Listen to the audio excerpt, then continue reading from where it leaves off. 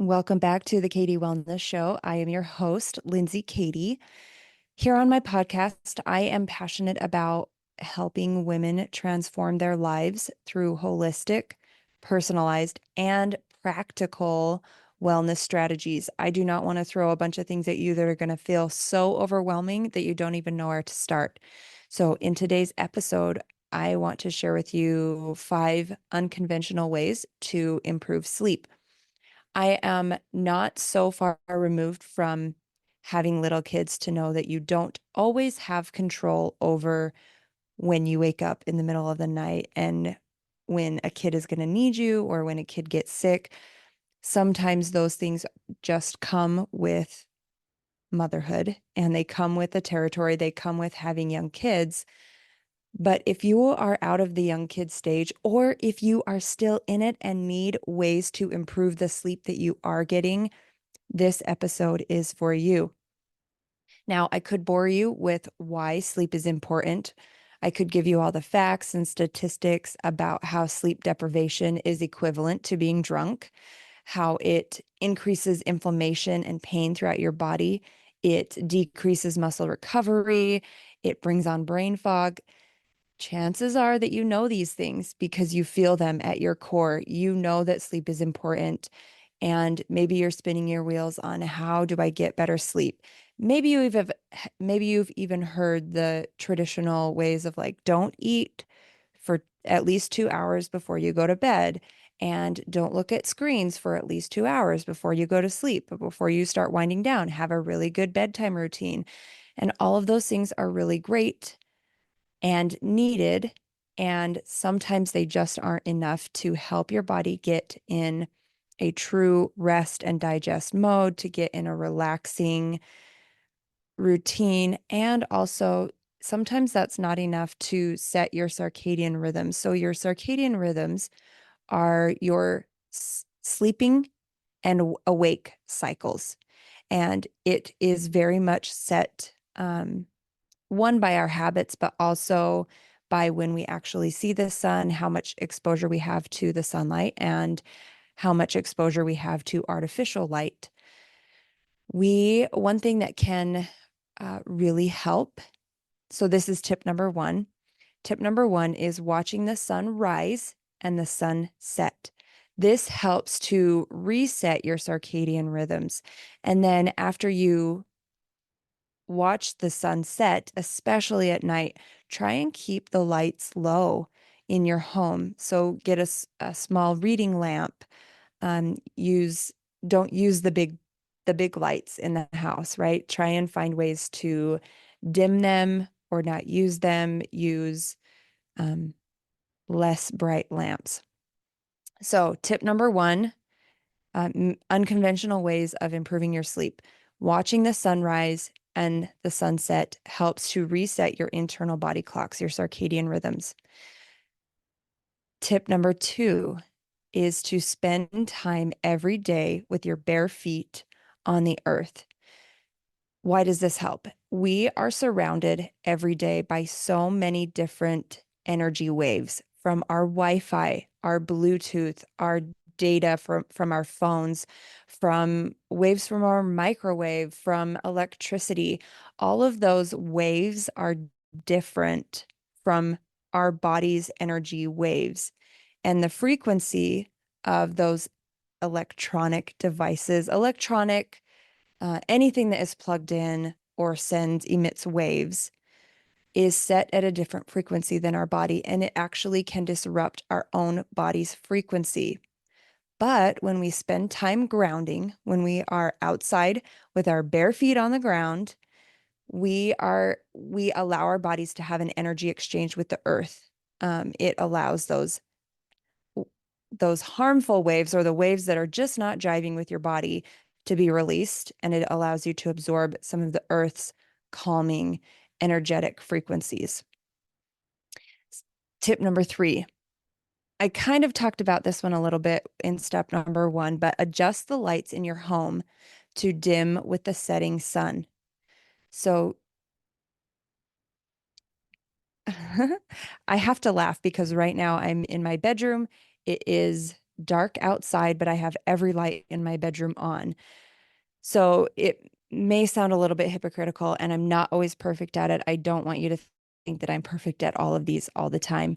But it is something that if you're struggling with sleep, adjusting the lights in your home to dim with a setting sun can really help signal to your body and your brain, oh, it's nighttime. It's time to wind down. It's time to start getting ready for bed, which also leads into step number 5, having a consistent, relaxing bedtime routine. And this is going to look different for everyone. I have many friends, and I have been in seasons myself where reading puts me to sleep very quickly, and other times where reading keeps me awake until 2 or 3 in the morning. So you really have to know what season you're in and what you really need at the time.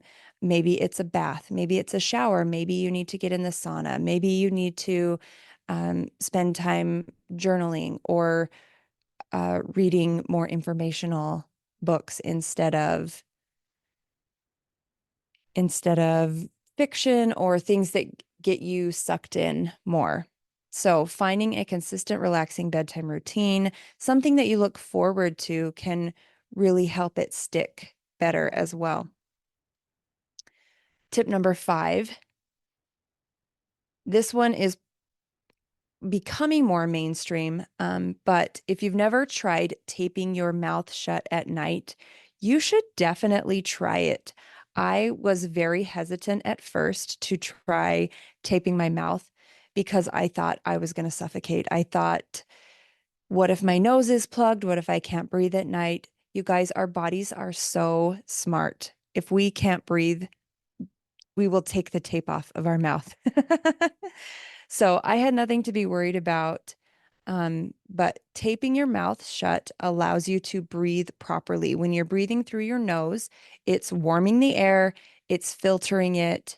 And do you ever wake up in the morning and your mouth is really super duper dry and you have horrible breath because you've been sleeping with your mouth open all night? Well, when you tape your mouth shut, it helps keep your mouth moist instead of completely drying out. So, taping your mouth shut, there are special mouth tape things that you can buy off of Amazon, but I've always just used sports tape and just done a little strip of sports tape right over my lips. I should post a picture of it on my Instagram account. I probably will, but you look silly, and it's fine because I was surprised at how much it improved my sleep from not using it to using it. So that is definitely something I need to get back into doing more consistently. I do it when I remember, but it hasn't become part of my consistent bedtime routine yet. I'm going to give you a couple of bonus tips because I had so many that I felt like were important. So many of you know the importance of magnesium for relaxation. Magnesium supplements can also help with sleep. You have to know the right ones to get. Um, and depending on so magnesium by itself magnesium as a supplement doesn't come by itself. There's like 5 or 6 different magnesiums that have different functions. One of my favorite magnesiums to use, though, is the Just Ingredients brand of magnesium. Helps me get relaxed at night, and also it combats the effects of stress throughout the day. So it really helps your body get into that rest and digest state. Second bonus tip. So you get 2 bonus tips here. One thing that really helps my sleep is by controlling inflammation through diet and supplements as necessary. So when you lay down at night and your whole body is just aching and you feel tired to the bone, sometimes that could be just because you pushed hard that day. But if it is something that is showing up consistently and you feel like you maybe have chronic inflammation, or if you have inflammation more often than not, there are recommended diets like a anti-inflammatory diet Or there are supplements that you can use as necessary. I really like IFC from Cellcore Biosciences, and turmeric complex from Paleo Valley. Those are ones I use fairly regularly because I tend to have more chronic inflammation just because of my story, which I shared in the very first episode. So if you haven't listened to that, you can go back and listen. And I've talked about my inflammation crazy health scare and what I've done to help my body through that. But I'm not going to beat the dead horse, but I do tend to have inflammation more often than not.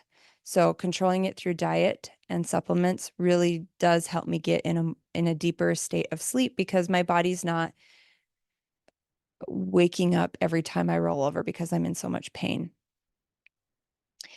Now, I want to present a little bit of a different take on sleep for you.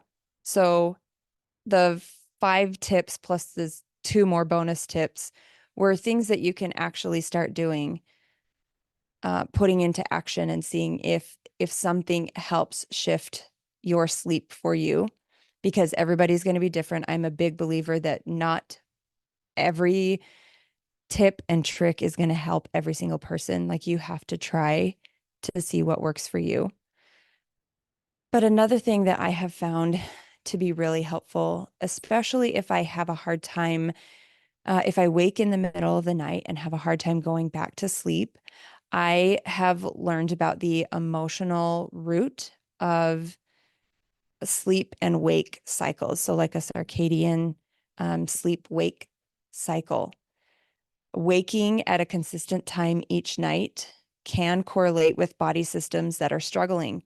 And I've just learned this within the past year or so, but I find it so fascinating that it really does correlate. So, the times that I have used this sleep cycle, when I am waking up consistently at 3 a.m. or at 4 a.m. and I have a hard time going back to sleep, usually if it's a really rough night, I'll pull up the chart and see, okay, what body part, what body system is struggling right now. And I just want to share some of them with you, just to give you a little bit of encouragement. But the the sleep wake cycle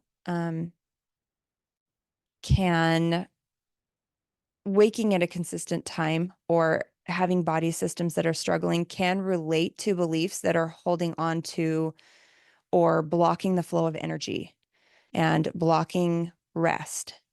So sometimes when I have consistent wake up times, it's a wake up call to me from a higher power trying to get my attention so that I can, get more aligned with who I truly am, getting back to myself. So it helps me to find meaning in why I'm awake so often. It helps me to be less resentful and more patient. I don't even know what I'm resentful at, just that I'm mad that I can't sleep and everybody else can, which I know is not true because Americans do not sleep well.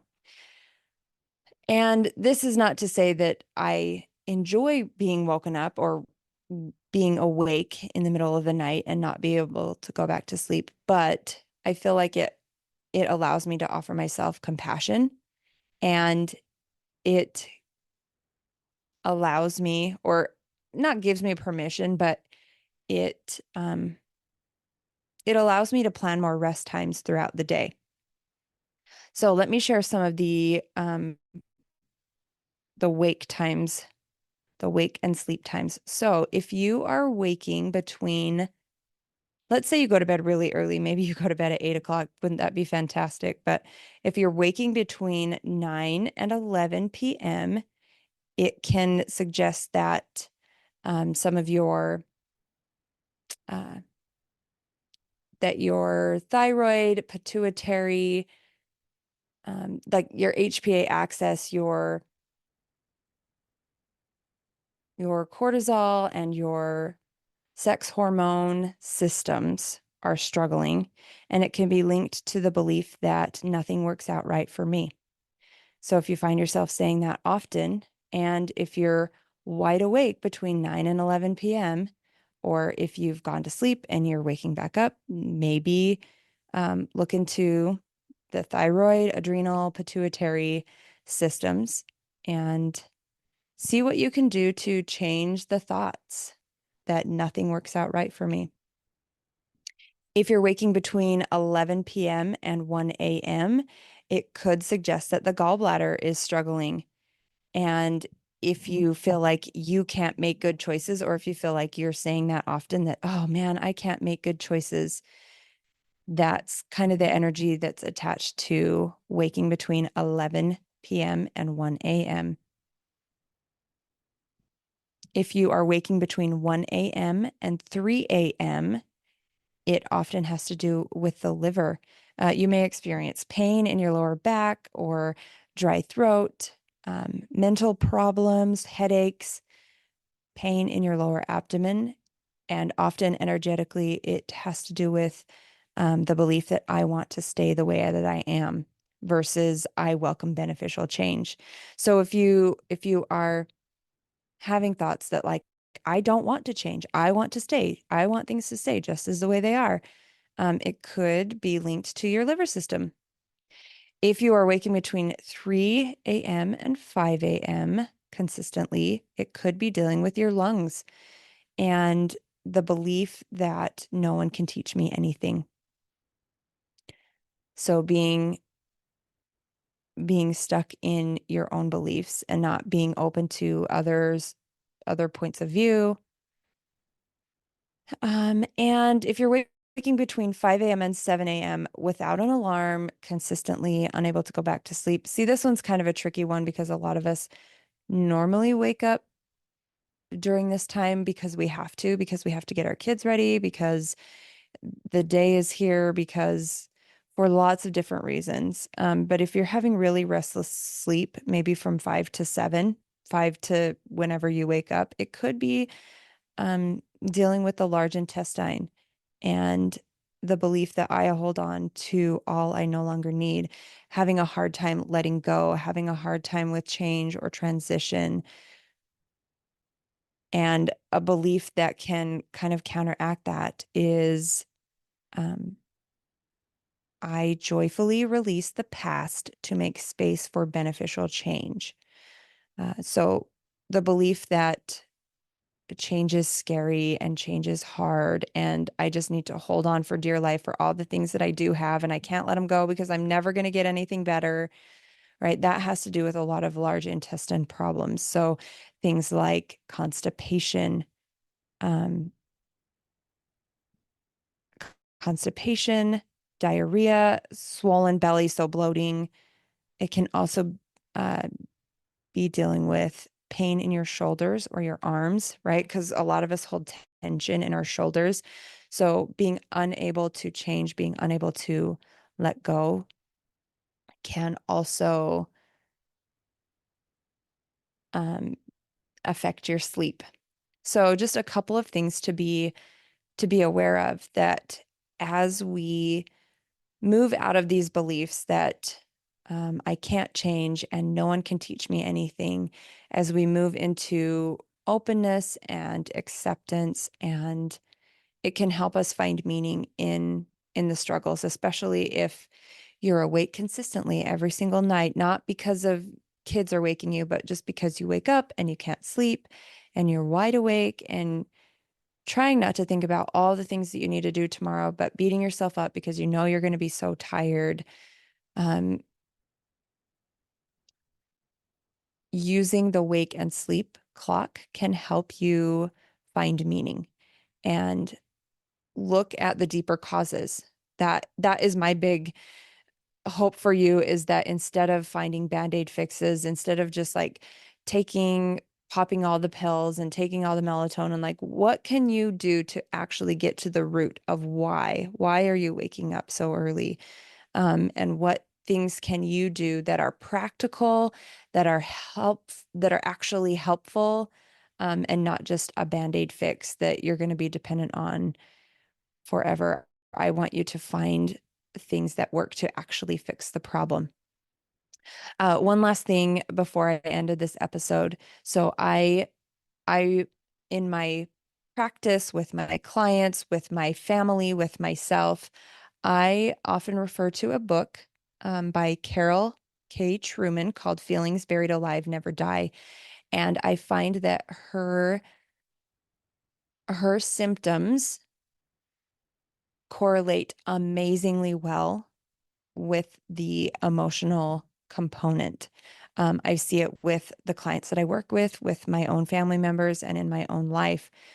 And in her book, she she talks about insomnia, and oftentimes insomnia is linked to tensions in life, deep-seated guilt, feelings of fear and anxiety, and reaction to potentially threatening situations, which reaction to potentially threatening situations is something that's going to keep me awake anyway. But some of these things are maybe more subconscious, this deep-seated guilt, feelings of fear and anxiety, tensions in life. Maybe we aren't slowing down enough to see the tensions. Maybe we have been burying the guilt for so long that we just don't even see it or accept it anymore. And it's more subconscious now, and we are holding on to that, and it prevents sleep. It blocks sleep. It can prevent you from getting in a deep, restful sleep. I want deep, restful sleep for you. And I know that that's what you want too, especially if you are waking up every day so tired. You feel like you haven't been sleeping at all. Or sometimes the phrase me and my husband use is, I feel like I've been hit by a truck. Like, I am so tired. I don't feel rested. My body hurts. This is this is common in our society, feeling not well rested. But it is not normal. Not to say that you're not normal and you're bad, but just to say there are things that we can do to improve our sleep. Some of them are unconventional, like the ones I talked about today, watching the sunrise and the sunset, grounding every day, adjusting the lights in your home to dim with the setting sun, creating a consistent, relaxing bedtime routine that you look forward to, taping your mouth shut when you sleep. And then the bonus tips, getting magnesium and then controlling inflammation through diet and supplements as necessary. Those are all things that maybe are becoming more mainstream, but less conventional. I really want you to get sleep, because the more sleep you get and the better sleep that you get, the more joy that you can experience through your life, the more happy you can be in your relationships, and the more capacity you have to pour into yourself and into your loved ones, into serving and loving and giving to others, and also making sure that you are taken care of. So I hope that these tips were helpful for you. Thank you for joining me on the podcast today.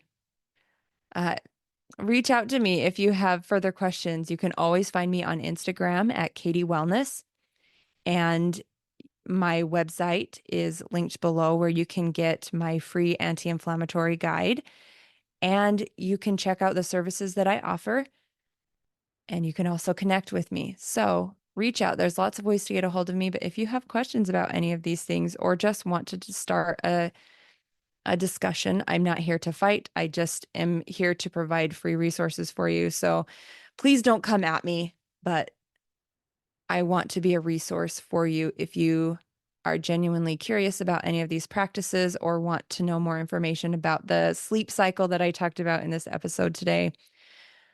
Let me know. Let me know what you need in your life. And if there are specific episodes that you want to hear about, let me know. Send me a DM, send me a message through my website. Let me know. Let me know what you guys want. I am here for you. So thank you for joining me today, and we'll see you next week.